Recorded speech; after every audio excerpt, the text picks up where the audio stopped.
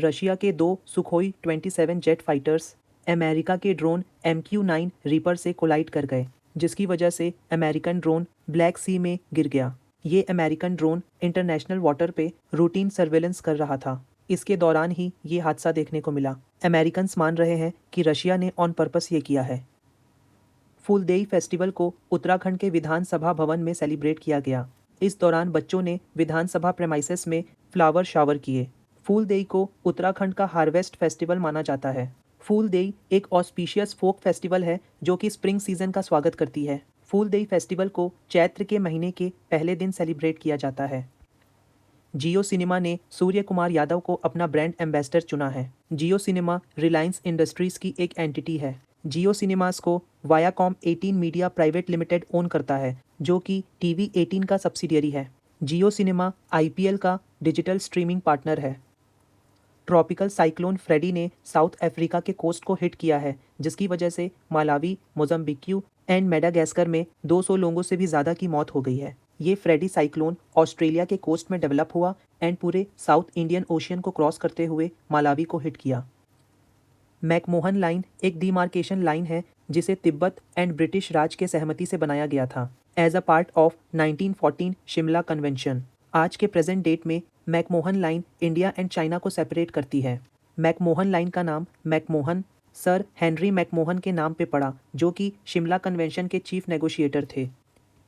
Recently US के senate ने McMahon line को इंटरनेशनल बाउंड्री रिकॉग्नाइज किया है।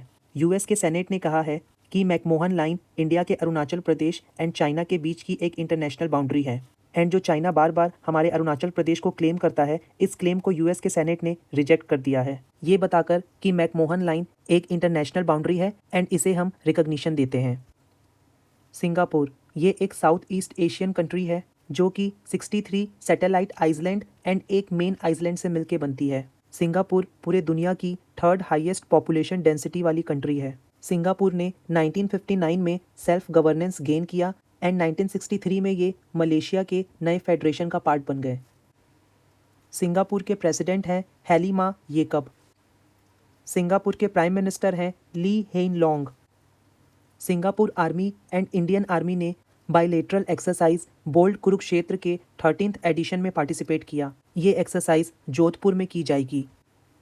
Bureau of Indian standards BIS ये इंडिया की नेशनल स्टैंडर्ड बॉडी है जो department of consumer affairs, ministry of consumer affairs, food and public distribution के अंडर आती है। इसे bureau of Indian standards act 2016 के अंडर स्टैब्लिश किया गया था, जिसे 2017 से लागू किया गया। ब्यूरो ऑफ इंडियन स्टैंडर्ड्स का हेडक्वार्टर न्यू दिल्ली में है। ब्यूरो ऑफ इंडियन स्टैंडर्ड्स के डायरेक्टर जनरल हैं Pramod Kumar Tiwari. Bureau of Indian standards ने स्टूडेंट्स के लिए लर्निंग साइंस विया स्टैंडर्ड सीरीज लॉन्च की।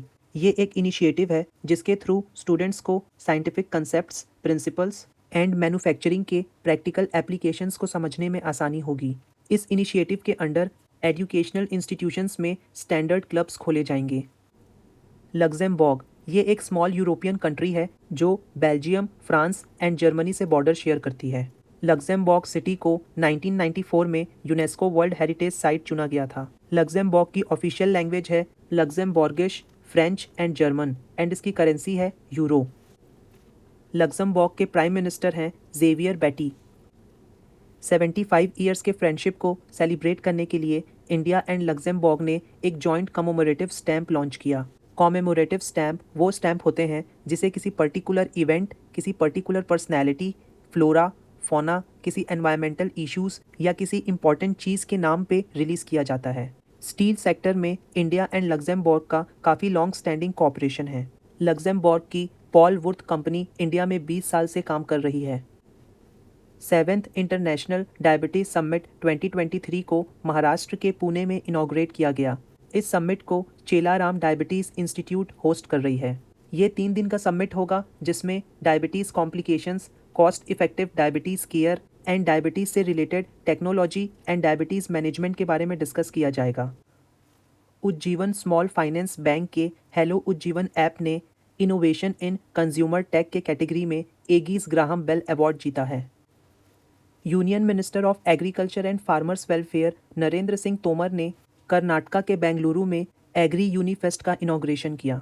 एग्री यूनिफेस्ट 5 दिन का कल्चरल प्रोग्राम है जिसे ऑर्गेनाइज कर रही है बेंगलोर एग्रीकल्चर यूनिवर्सिटी। इसे Indian council of agriculture research के साथ कोलैबोरेट करके ऑर्गेनाइज किया जा रहा है। 16 मार्च को लेट जनरल बिपिन रावत जी का बर्थ एनिवर्सरी सेलिब्रेट किया गया। General Bipin Rawat Indian armed forces के पहले चीफ ऑफ डिफेंस स्टाफ थे, जिनकी मृत्यु दिसंबर 2021 में हेलीकॉप्टर क्रैश की वजह से हो गई थी।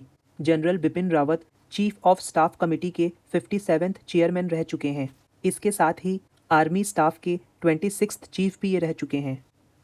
नेशनल वैक्सीन डे 16 मार्च को सेलिब्रेट किया जाता है। इसे पोलियो इरेडिकेशन के याद में मनाया जाता है। नेशनल वैक्सीन डे सबसे पहले 1995 में सेलिब्रेट किया गया था, जब पोलियो वैक्सीन का पहला ओरल डोज दिया गया था। इस इम्यूनाइजेशन प्लान को आगे बढ़ाते हुए 1978 में इसमें डीपीटी इम्यूनाइजेशन को भी इंक्लूड किया गया। D for diphtheria, P for pertussis and T for tetanus. Diphtheria एक सीरियस थ्रोट डिजीज़ है जिसमें सांस लेने में प्रॉब्लम होती है।